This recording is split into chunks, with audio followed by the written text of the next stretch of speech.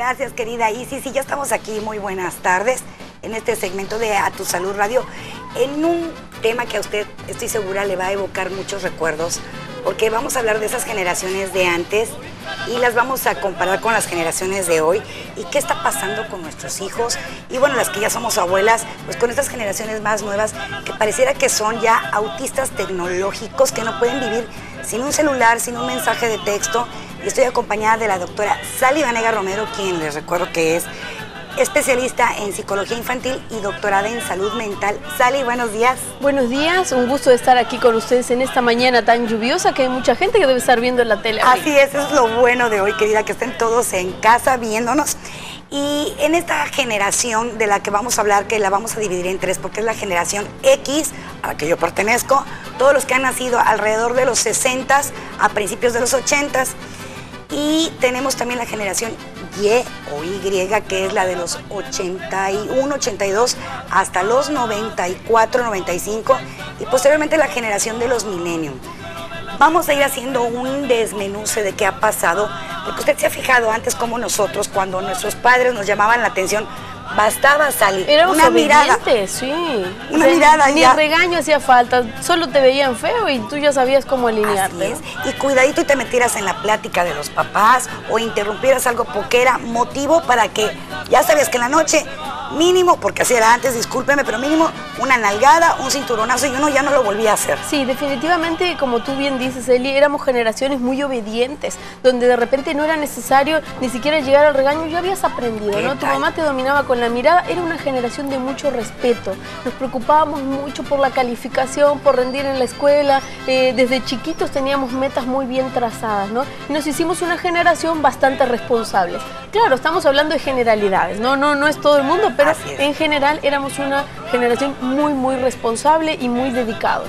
Y fíjate qué chistoso, porque pasamos de ser la generación obediente, la generación que obedecíamos a nuestros padres, para pasar a ser la generación que ahora obedecemos a nuestros hijos. Unos hijos que están entre los 25 y los 35 años de edad actuales y que incluso muchos de ellos ya pueden ser papás, lo que nos posiciona a nosotros también ya como abuelos. Unos abuelos de una generación muy moderna, muy de mucha tecnología y que a veces no entendemos. Pero lo principal es, Sally, nos hicieron una generación pípila, cargando culpas, porque nos tocó vivir la revolución de la liberación femenina, donde ya nosotros salíamos a trabajar y ya no le dedicábamos horas a nuestros hijos.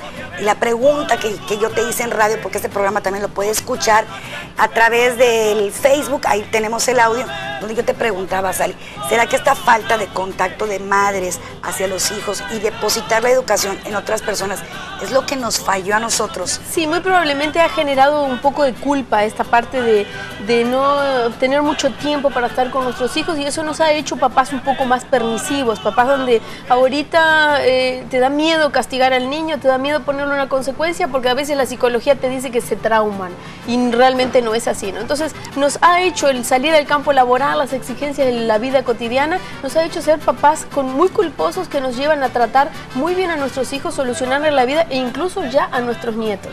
Porque la generación que tú estás hablando, la generación X, ya algunos ya tienen nietos. Entonces ya las personas se están volviendo muy serviles, demasiado solucionadores de la vida de sus nietos también.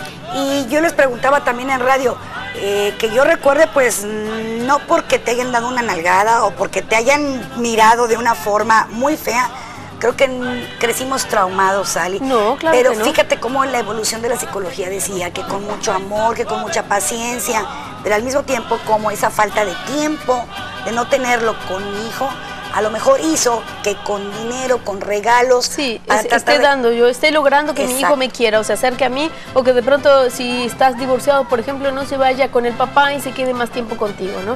Los niños que nacimos en nuestra época éramos niños del conductismo, hablando de psicología, niños donde todo tiene consecuencias y tú, si quieres algo, te lo ganas. Tienes que lavar los platos para que yo te dé tu gastada el fin de semana, o tienes que salir con buenas calificaciones en la escuela para poder salir a pasear. Ahorita los hijos hijos nuestros no están tan así. Nosotros somos mucho más permisivos y somos más de darles antes que siquiera lo pida. Se han vuelto niños que se aburren.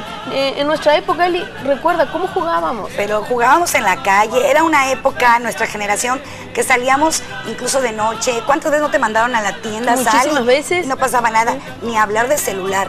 Nosotros sabíamos que teníamos que llegar a casa a las 8 o 9 de la noche y cuidadito no llegáramos. Hoy es impresionante. Te divertías, eras creativo, porque a lo mejor no tenías muchos medios y de alguna manera tú tenías que entretenerte, no sé cómo, inventabas, tenías contacto cara a cara con los vecinos, jugabas, tenías amigos. Ahorita si el niño de 8 o 10 años se le descarga su celular o su tableta, es un drama, porque no tiene cómo divertirse. Ya no tiene vida, no tiene nada que hacer, también se ha perdido muchísimo la comunicación.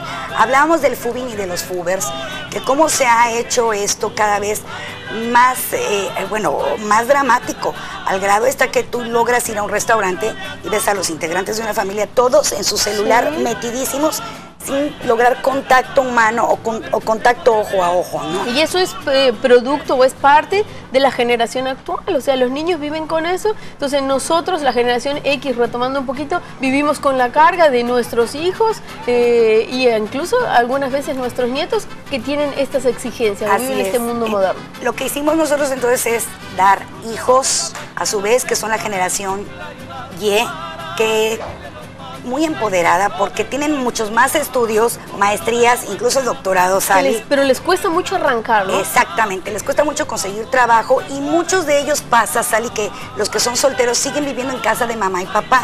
Hablamos generalidades, recuerden. Entonces, ¿qué sucede? Están viviendo en casa de mamá y papá, pero no están de acuerdo con las reglas, pero tampoco tienen la independencia económica para salirse de casa. Que les está dando mucho trabajo eso, que como tú bien dices, arrancar, buscar un trabajo, montar su negocio. A lo mejor en generaciones anteriores se usaba mucho el ser practicante. A lo mejor tú terminabas tu carrera, estabas muy verde todavía y te ibas a trabajar con otro profesional, a sufrir a veces, pero lo hacías. Las generaciones ya que ahorita tienen 25, 30, les está costando mucho trabajo arrancar. Desde abajo, sobre todo que no los vayas a poner a hacer deberes que no van de acuerdo a lo que ellos estudian. ¿A su formación? No quieren. Y que esa es la vida, la realidad así es. Así es la realidad. Y bueno, la generación Z, que es la última, que ya es la de alrededor de los 15 años, 18 años que están viviendo, hasta los que están naciendo ahorita, es una generación altamente tecnológica de la que no se sabe todavía mucho, decía el doctor Lauro, porque lo estamos viendo apenas en crecimiento. Todavía no son adultos, no hemos tenido etapa productiva de esas personas. Si quiere saber más de este tema de las generaciones y cómo evolucionaron, usted puede descargar el audio por Facebook. Recuerde, ubíqueme como Eli Álvarez. Y siempre es un placer escuchar los consejos de los doctores, porque el consejo con el que nos podemos ir, Sally, para lograr tal vez integrar o cambiar un poquito nuestra forma de ser y dejar de sentirnos culpables tal vez. Mira, a los hijos hay que frustrarlos. ¿Cuál es la receta? Que tengan consecuencias, que se les frustren, no se les debe de dar todo. Aunque tú tengas la capacidad de darle económicamente, moralmente, ellos tienen que aprender a solucionar sus propios problemas para que en el futuro sean personas de bien y sean adultos exitosos. Entonces siempre es poner reglas, poner reglas, no le tengan miedo a la palabra consecuencia o a la palabra castigo. Si usted no va a trabajar en la mañana, no le pagan su sueldo. Entonces, si su hijo no rinda en la escuela, se porta mal, no debe de tener privilegios.